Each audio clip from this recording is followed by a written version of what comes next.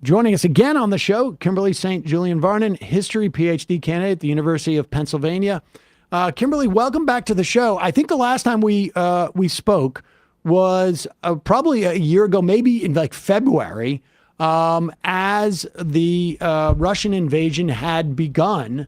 And before we get to what happened this weekend and sort of what has been leading up to that, give me your sense of like, did you think that this conflict would last this long? Like if we had asked you to predict, because I think early on, the Biden administration did two things. One in the run up to the invasion was to try and like make everybody aware that that's what our intelligence said that they were going to do, which nobody seemed to believe, including the Ukrainians. And then two, I think that the Biden administration thought that if this invasion took place, it would be over in a week. Russia would occupy large swaths of Ukraine, if not with its own military, but certainly in terms of its control by putting in essentially a client state there. Have you been surprised by what has taken place over the past year and a half or so, or 2 years almost? No, I haven't been surprised. At the initial stages of the war, I remember hearing people thinking, oh, it's going to be done in a month, 2 months. They're going to set up a client state in the Donbass and that'll be it. And I was like, either you don't know Ukrainians or you don't know Russians if you think it's going to be a short-term war. I still think it's going to be a long, drawn-out war. It's going to be a war of attrition, even with the destabilizing or allegedly destabilizing events over the past weekend. We haven't seen really any Russian let-up. So if the sides are Ukraine will not give up a single inch of Ukrainian territory and Russia wants to keep the Donbass, you're going to have a conflict until either one of those positions changes. So no, I don't think we're going to see a quick end. So yeah, this isn't unexpected to me. And just to remind people, you spent a significant amount of time in Ukraine and prior to the war, right? In the years leading up there, and doing your research and academic work. Is it your sense that the United States is inhibiting obviously, United States is providing a lot of military equipment and money to sustain the Ukrainian war effort. And so, someone could say like, well, the U.S. is enabling Ukrainians in that way. But is it your sense that the U.S. is in any way inhibiting any inclination by Ukrainians, if it exists, to come to a negotiated settlement with Russia? I don't think so. And I think, we know that the Ukrainians are getting tons of financial and military aid from the United States. But even if the United States wasn't giving this aid, Ukraine would still fight. I mean, we saw the farmers with the tractors, trying to take Russian tanks early on. And I think that's something important to understand. And even if the United States declines and decreases its military aid, which we know the GOP is interested in, that doesn't mean that its Western allies are going to also follow. It's particularly the Baltics and Poland. I very much doubt that either one of those sides are going to stop helping Ukraine. So I think it's also important to remember that the United States isn't the central actor here. It's not the key power player in terms of how things are going to turn out. But I think it'd probably be in the United States' interest. They would probably want to see a negotiated settlement because it means the Republican talking points are gone about the United States continuing to support Ukraine. So I don't think the United States is the determinative factor of how long the Ukrainians are going to fight. The Ukrainians are going to fight to the last Ukrainian because they saw it happen in 2014. I mean, you have to keep fighting or the Russian occupation is going to continue. Well, this was in the midst of a Ukrainian counteroffensive, right, where they were beginning to take back territory. What's the significance of that in regards to this Wagner attempted mutiny or whatever the heck we saw over the weekend? I love that. Is whatever the heck. We know it's not a coup. It's a mutiny, insurrection, march for justice, whatever Prigozhin's calling it. I actually, in terms of my lens of understanding why it happened at the time it did, to me, it's less because of the Ukrainian offensive and more because of the deadline that the Ministry of Defense put on Wagner to sign contracts with the Ministry of Defense. So I think if we look at what's happened in the past 48 hours, it doesn't seem like Ukraine has made that much. I don't think that the Prigozhin insurrection helped Ukraine that much when you think about it. We still see shelling of Kherson and Kiev. They made about 1,000 meters of progress towards Bakhmut, but that's not that significant. So I think it's less the timing of the Ukrainian offensive and more the timing of the deadline that the Ministry of Defense gave Prigozhin. All right, well, let's go back and get everybody on the same page, because I imagine a lot of people have heard about the Wagner Group for the first time. Is it Wagner or Wagner? If you want to put on a German accent, it's Wagner. Allegedly, Prigozhin named it after Richard Wagner, the German composer, or Wagner. As long as you know who we're talking about, either one I think is good. I always like to do a German accent whenever I can. So, go back, because the real, I mean, the Wagner Group has been there, but really they seem to sort of like get highlighted in the fight in Bakhmut. At least I think for like sort of popular, but give us a sense of what this is and where it fits in the context, because we have a Wagner Group, and I don't know what the most recent name of it is, but it was Blackwater back during Iraq, and then it became J, and now I don't know what the Prince is calling it. And I imagine we have other groups that aren't quite as sort of flashy, but essentially mercenary armies. But the Wagner Group, where they get their mercenaries from, is sort of special, it seems like. It is very special. So the Wagner Group, we've really been hearing about them since the 2014 initial Russian incursions into the Donbass.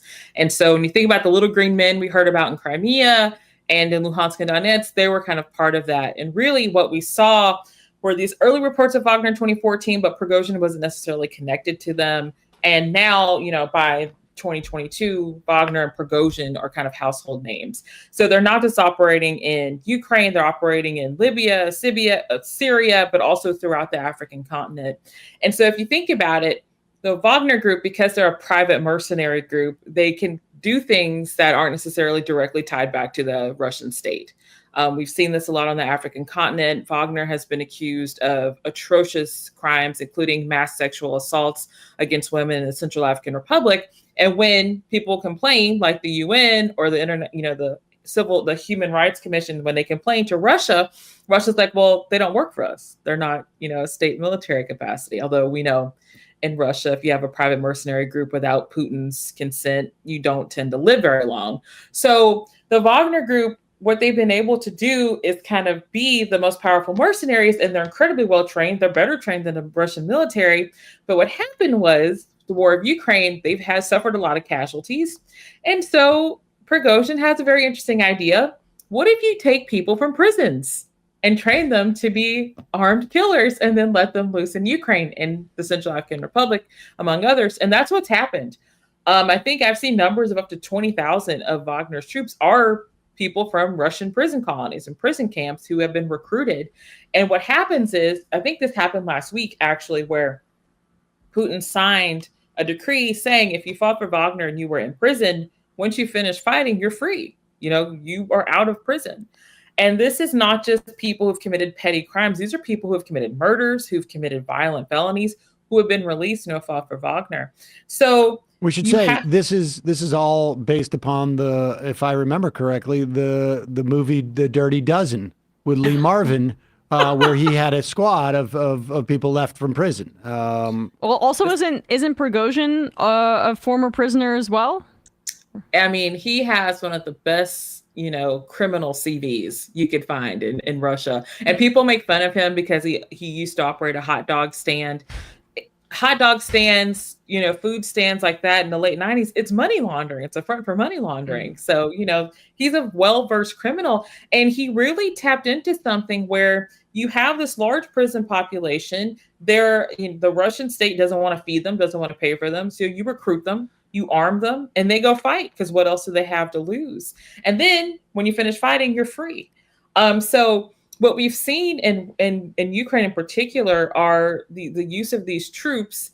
But what's interesting to me has been the two high-profile cases of two African nationals who were imprisoned in Russia who have been killed in action. while fighting for Wagner.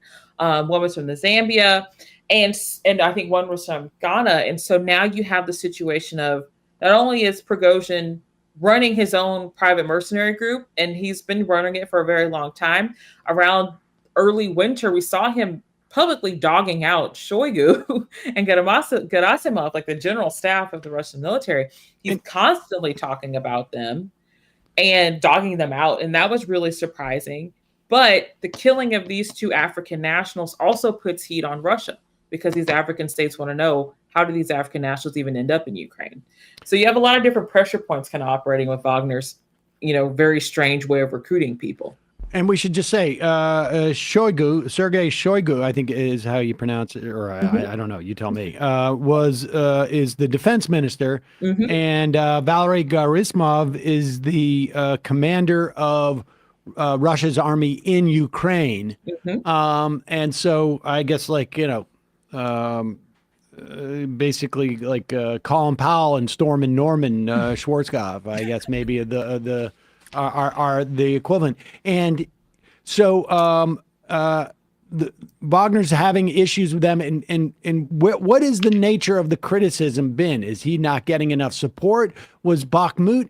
Because my always understanding of Bakhmut too was that nobody seemed to think that there was, and maybe this is an incorrect reading on my part, but nobody seemed to think that there was as big of a strategic or tactical advantage in controlling that city as it was sort of like almost a mental one, or an emotional one or something. Can you outline that? Like where did this criticism begin, or what started it? So Prigozhin's big complaints against Shoigu and Gerasimov have been the lack of support for Wagner troops, but also seeing the disarray and the poor training of Russian troops on the ground in places like Bakhmut and throughout the Donbass. And it's also, and you see him, so during his March for Justice, when they captured Rostov-on-Don and the Southern Military District Command, you see him berating, in this video he released, he's berating the military commander of the Southern District Command, Yevkurov. And in the video, he's yelling at him and he's talking about respect. He's saying like the constant disrespect that Wagner gets and how people don't recognize how important Wagner's been to Russian success in the Donbass. So I think that's the important key for understanding Prigozhin. It's like, it's not just we're not getting support and you're sending out these poorly trained guys, but it's also you're not putting respect on what we've done and how many people we've lost to continue to hold Bakhmut. And I think that's the thing, is Bakhmut isn't necessarily strategically important, but it does hold a lot of moral importance and ethical importance to Ukrainians and also to Russians. I mean, when you think about like, why are we fighting over this region that isn't necessarily, or this particular administrative center that doesn't have that much strategic influence, I think it's because of what it's become and what it's meant to Ukrainians and to Russians. But I mean, Bakhmut's also been important for Wagner. That's where a lot of Wagner forces have been based. So that's kind of why it's important, but really his complaints, and he hasn't made a complaint against Putin. I think that's something important that people remember. It's been against the general staff of the Ministry of Defense not recognizing how important Wagner is. But also his key argument is we don't want to be under the Ministry of Defense because look at how bad you've screwed up Ukraine already. Why would we want to be put under the Ministry of Defense's control? So the Wagner, and we're talking about 25,000 troops. They were fighting they were the tip of the spear in Bakhmut. They take Bakhmut along with other Russian forces, I guess. Russian forces then sort of hold the city. Wagner goes back to the rear, essentially, probably to rest, right? And then these contracts come up. So what was Prigozhin, like, what was his idea? It sounds like almost like he was like running almost like a political campaign to woo the Russian public so that he had some type of leverage in this negotiation. I mean, it's almost like an athlete not showing up to spring training camp or something. That's actually a good way to put it. And I love that you put it that way, because we've seen, I mean, on social media, like I was getting on a plane to fly back to Houston when everything started happening. And I didn't have internet access for an hour. I'm like, oh my God, what's happening? And then you've seen predictions where Prigozhin's going to knock down Putin and become the new czar of Russia, or Prigozhin's going to take over Moscow. And really what you see is a man who's like, pay attention to me. Look at how hard Wagner has fought. Look at how much people support us in Russia. So don't make us sign these contracts. Don't disband Wagner. Support us. And I think that's an important thing to remember, is why he's doing this and why he stopped before he got to Moscow. Prigozhin did not have the support on the ground, both militarily and publicly, to take over Moscow. That's not necessarily what his interests were. His interests were to show, look at the Southern Military District Command. This is why you're performing so poorly in Ukraine. Look at how easily we took it over, and no one put up a fight. All right. So I think that's what he's trying to signal, is his unhappiness, the strength of Wagner forces, the weakness of Russian forces in the South, and also to show Putin, you need us. So don't let us, be under a Ministry of Defense that clearly is not doing things correctly. This feels like, I mean, he's sort of walking quite a tightrope, it seems to me, right? Like, because first off, like, he's assuming that it's going to be super easy for him to do it. And he must have been very aware of like how many military personnel are there. I mean, that city is the sort of the departure point to Ukraine. And so he would have been through there and he would have full understanding of what's going on there, right? They wouldn't need like special intel about this. But he's got to calibrate it so that he comes off as somewhat sympathetic, it seems to me, to the Russian people or whoever. Like, who are the constituencies? Or is it just like he's trying to appeal to Putin and, slag his sort of like institutional, rivals, I guess. And he's hoping that Putin does what in the future? Like, and I'm talking, a couple of days ago when he's sitting there hatching this, what is he hoping? What does he think the outcome is going to be? That he's going to be appointed like general of the forces in Ukraine or something like that? So yeah, that is the key question, is what was Prigozhin thinking? Because in my understanding, if you've worked on Russia as long as I have, I mean, Putin has two options to deal with this, right? And one of those includes a teapot or a window, or you live in exile. And so Prigozhin, I think his key constituency was Putin, to show him the weakness of the Ministry of Defense. And he's been complaining for months.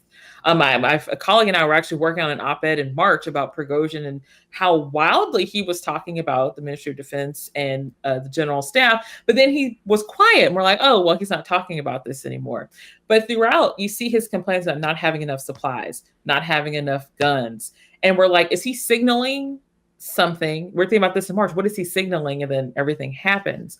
But I think it's also the importance to see to him is how well received Wagner forces were in Rostov in particular. I mean, you see the videos on Russian social media, on Telegram, where people are upset that they're leaving and going back to Ukraine, and they're cursing and yelling at the police in Rostov and saying, you're traitors. Like, why'd you make Wagner go away? So I think the idea was show the state, show Putin how important we are, but also show Russian people, we're fighting for you. We're upset at how poorly we're doing in Ukraine as well. Now, after the fit is over and Prigozhin's supposed to be exiled in Belarus, he released a video, like a voice message on Telegram this morning, essentially repeating what he had said, that this is about, Ukraine. We were not traitors to Russia. We never wanted to hurt the Russian war effort. And so if you're Prigozhin, it's like, okay, if you're going to be in exile in Belarus, they're alleging that they're building massive Wagner camps already in Belarus. But the question becomes, what have you done? Because what you have shown Putin is that you are not trustworthy. Not only are you not trustworthy, you're a liability. And when you're a liability to Putin, you tend to be poisoned or fall out of a window or disappear. Well, that's the thing I'm curious about, because isn't Lukashenko, the president of Belarus, Putin's biggest ally, right? Like, so why would Prigozhin be safe in Belarus, and why would that be the place that he flees? That seems to be a very precarious position for him to be in. So I think this is where I tap into my conspiracy theory brain a little bit. So if you are Prigozhin you have a family, you have children. And a lot of the higher ranking Wagner members also have families and children. So if he's in Belarus, Lukashenko can keep an eye on him. But if you think about where else can he go? You can't go to you can't go to Africa because a lot of people hate you there. You can't go to the Middle East because you'll easily be found. You certainly can't go to the West because of the sanctions. So he has very limited options to where he can hide. So if you go to Belarus, you get to stay safe, allegedly, but you also can kind of monitor Wagner forces, but also monitor the safety of your family and your relatives. So I think that was the only option he had. You mean you're close enough, you're in close proximity enough to Russia? Because there was a story in the Telegraph today, and I don't know how much I trust the Telegraph, that said he got a call on his way to Moscow saying, incidentally, we know where your family lives. But you would think a guy who was head of a mercenary group about to stage a mutiny that I don't want to be misunderstood, or whatever it is that he thought he was doing, would have probably said I think the fact that I have family just living wherever they're living to be a little bit of a liability. Maybe I should send. I mean, the guy has to have command. He's wealthy, right? He's got to have command of a small, I would imagine, private jet that could fly into wherever his, outskirts of wherever his family live, and get them all on a plane and send them, I don't know, would it be impossible for his family to land anywhere and get out of the country? Or would that have hurt his attempt to be just I'm just doing this for you, Putin? It seems like a pretty bold and big move to just sort of, get somebody's attention. It is. It's hard to figure out, but I've never ran my own mercenary group, so maybe I don't understand mercenary thinking. But that saying, there are worse things than death. There are worse things than death, and the FSB can probably do all of them. And so I think, the Telegraph, take it or leave it. But I was thinking, why would he stop? But also, who can they get to? And I think the family is a good way to get to him because of the sanctions. A lot of his assets are frozen. His private jets have been down for a while. He hasn't had access to his yacht. There's so few places your family can go, where at least if you're in Belarus, you're close to Russia. You can make sure your family, extended family, can also be safe. But also Putin can keep an eye on you, and you can show him that you're loyal. That's what Prigozhin's going to have to do if he wants to stay alive. He has to show his loyalty, and he needs to come up with something big for Putin. But he'll never be trusted again. And I think that's something he had to have understood that he will never be trusted again. I mean, it sounds like he thought that he wasn't being trusted anyways. So he must have, there must have been some indication he was on the wrong list. It's the contracts, I think. I think it's the contracts and wanting to put Wagner under the MOD. I think that was the signal to him that he needed to do something, or he was going to lose single-handed control of Wagner. I think that's the key to why we see him behaving this way. But also, I think it's one of the reasons why he's not out of a window yet, honestly. It's because if he goes away and there's no other, that's almost like his insurance card too. I'm the only one who can control this band of 25,000 mercenaries. And it's one thing if they're put under the auspices of the regular army, I guess, and then there's a command structure there. But as long as that doesn't happen, I'm the only one. And I guess I would also be looking around at the table for my lieutenants to seeing who's texting who when we have our meetings or something. That also seems quite tenuous. I would be a little bit nervous about, the guys I've been hanging out with and how much authority they have. Well, so and the other question I had was, why is the Wagner Group why were they so popular in Rostov? Why were they so popular in Rostov? I think that's the never-ending question. It's why is this group so popular? But also, it's not just Rostov. In social media, people were, oh yeah, Prigozhin's going to go fight Putin. I'm like, Prigozhin is a monster. Oh yeah, he seems worse than that. That would be.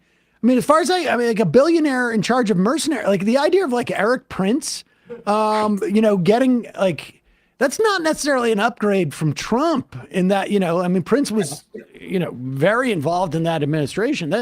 Like, I wouldn't want a mercenary to have control over the nukes. And particularly anybody who comes to power in that way. But I want to talk about the implications of it. But yeah, no, I think people could cheer some measure of chaos, I guess. But, good things don't always come out of chaos. Oh, I mean, particularly studying Russian history, good things rarely come out of chaos. And we saw, when you see the videos in Rostov, I think it's also the way that they come in. I mean, they aren't really bullying civilians around. And a lot of Russians are just like looking around like, oh, this is what's happening now. Okay. But those who support Wagner, I think it's because they see Wagner as the only part of the Russian military effort in Ukraine that's been really successful. So I think they've identified that Russian military success with Wagner, and Prigozhin's been very good at his messaging about the importance of Wagner to any type of Russian military success. But also the people in Rostov, they're getting the news from, Ukraine, and they're getting the news from the Russian state. They're seeing how poorly Russia has been performing. So I think that's the key thing, is being able to take a place that's very close to what's going on, people who know how poorly things are going, but also treating the civilians. He's not being really violent towards them. You see like Wagner guys getting coffee, going to the liquor store. It's really bizarre when you think about it. So I think those are some of the keys. But also I think a lot of the Russian people, particularly those on the border with Ukraine, they're tired. I mean, it's combat fatigue, not knowing how safe you are, not knowing if missiles are going to fly, if there's going to be an errant missile that hits the town. So I think all those kind of come together into the personality that is Prigozhin. I mean, the man's, he's very, you watch his videos and you're like, is this what, like John Belushi could have played him in a documentary if he had just shaved his head, right? So he's very popular. He's very energetic compared to how Putin comes off. I would imagine mercenaries coming to town too, if they've been told, behave well, they probably have more cash to spend than your regular army. And then all of a sudden it's almost like, oh, this guy's bringing in the tourism. It's like when the mob comes to town and buys a bunch of, hands out money or shoes or whatever. I mean, I would imagine they come in and they pay for everything. And particularly when they know that's the situation. All right. So what does this, like, a lot of people are making like there was no resistance coming from there. And it's hard to tell whether that was on purpose. Like the Russian military said, like, don't engage in this because the only way to control it is to not engage in it in some type of way. But what are the implications? What does it tell us about what's going on right now in Russia? But what does it say in terms of like,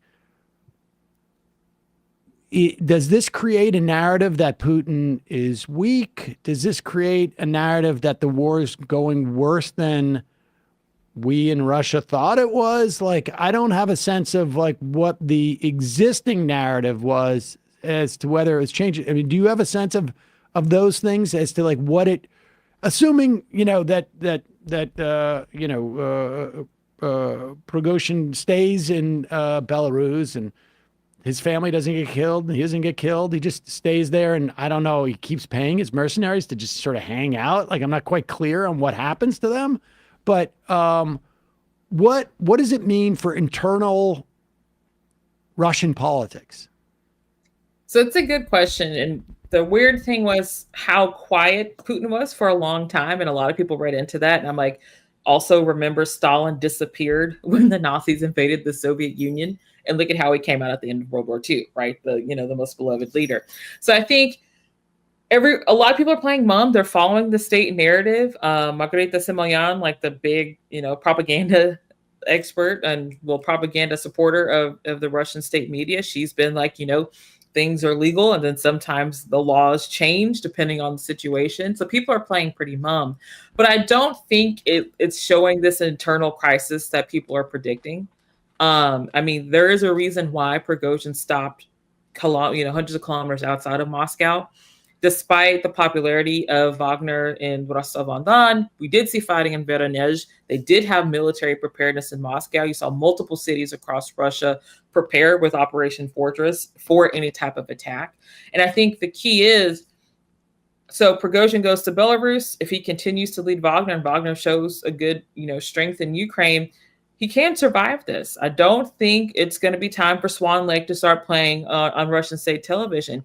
And I think that when you see a lot of these narratives in the West, that this is the end of Putin, we're going to a civil war, I don't think it's based in what we're seeing on the ground. I think it's based on our imaginations of what people want to happen. But in terms of Russian politics, Moscow was chill yesterday. People are out shopping, doing the thing. And we don't know how much of this information has been spread across Russia. From Telegram channels and state media, they're playing it very cool. So most Russians aren't thinking this is a dire situation. It's like, oh, Prigozhin showed out and now he's in Belarus. We're still fighting. That doesn't necessarily mean, we're in a situation where Putin's trying to leave Russia and never come back again. So they have to be very careful about predicting civil war and things like that, when he really could just keep Prigozhin in Belarus and keep fighting the war in Ukraine. And to be clear, those Wagner fighters are going to end up back in Ukraine, fighting where, Putin or, et al. Basically say, we need your guys down here. And I would imagine if I'm Prigozhin, I'm nervous. Maybe not right now. Well, I'm nervous, but I'm really nervous about sending big parts of my mercenary army to be led by somebody else in Ukraine, because that's the guy who's going to replace me. That's the guy who makes me dispensable. And I'd be very nervous about that. Precisely. If I'm Prigozhin, I'm popping Tums every 10 hours, every 10 minutes, because I have heartburn. But I think this is the cost. He's not going to be dead. I think you're going to be strung along. You don't know when you're going to be replaced. You don't know when you're going to be poisoned or if you're going to be poisoned. But I think if we look outside of the Wagner troops going back to Ukraine, how are the Wagner troops posted in Africa behaving? How are they responding to this news? And that's what I've been trying to figure out, is how are they working? Because they control massive land, like diamond mines throughout Central African Republic. They're also protecting a lot of Russian infrastructure throughout sub-Saharan Africa and Northern Africa. So the question becomes, will there be a person who shows up for Wagner that can replace Prigozhin? Or do you just count on his lieutenants carrying out what needs to be done in order to keep him safe in Belarus? So it depends on his relationships with these lieutenants that he has, but also those lieutenants have families too. Yeah. What is I would, if I was him, I would appoint the worst lieutenant I got to lead my mercenaries in battle in Ukraine, and just be like, something about me. But he's bloodthirsty, right? I mean, he's ideologically we need to be going even harder in Ukraine, being even more brutal, and that I think is why one, it was so short-sighted to see certain people cheering this on. I mean, but at the same time, what is the state of the anti-war left in Russia right now? Because that may be why the fracture was overstated, because this clearly wasn't somebody who was trying to topple Putin in opposition to the war in Ukraine. Absolutely. That is such a good point. And this is what I was trying to talk about on Twitter when people were saying, oh, this is going to be good for the war in Ukraine. I was like, if you listen to what Prigozhin is saying, he's mad that they haven't been more brutal, that they haven't killed more Ukrainians, that they haven't taken more Ukrainian land. That's what he's angry about, is how little Russia's been able to accomplish in the past year in Ukraine. So if he had been successful, if Prigozhin was able to get Shoigu kicked out, to get Gerasimov, fired, who would have replaced them? And what would have been those aims? So I think that's something important to remember, is, if anything, if he wants to show his loyalty to Putin and he wants to show why you can't dissolve Wagner, why they need to operate separately for the Ministry of Defense, the only way you show that is with being successful in Ukraine. And being successful in Ukraine, if you're Wagner, is taking as much territory as you can and being as brutal as you can. What happens to Shoigu and Gerasimov? I feel like, at one point, and again, I had no it would be hard for me to be watching anything play out and know less as what was going on. But it occurred to me in terms of like how everybody expected Putin to react and not, that it was almost felt like, and I doubt this is the case in retrospect, but it almost felt like Putin. It's almost like when Trump would have somebody else go and fire somebody for him. Like that Putin was using Prigozhin as a way of firing somebody or getting it, so that he didn't have to. Because I imagine that if you're Shoigu and Gerasimov, you've got your own constituencies and your own bases of power within the Russian military bureaucracy. And for you to be summarily, fired could create some backlash within those constituencies.